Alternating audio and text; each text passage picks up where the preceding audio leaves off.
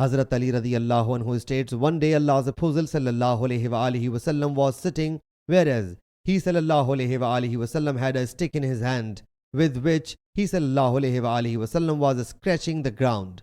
He sallallahu alayhi wasallam then raised his head and said, there is no living one amongst you, but his place in heaven or hell has been allotted.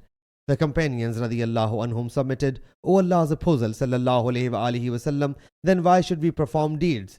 Why shouldn't we rely on what has been written? He sallallahu alayhi wasallam said, perform deeds, because for every person those deeds are made easy, for which he has been created.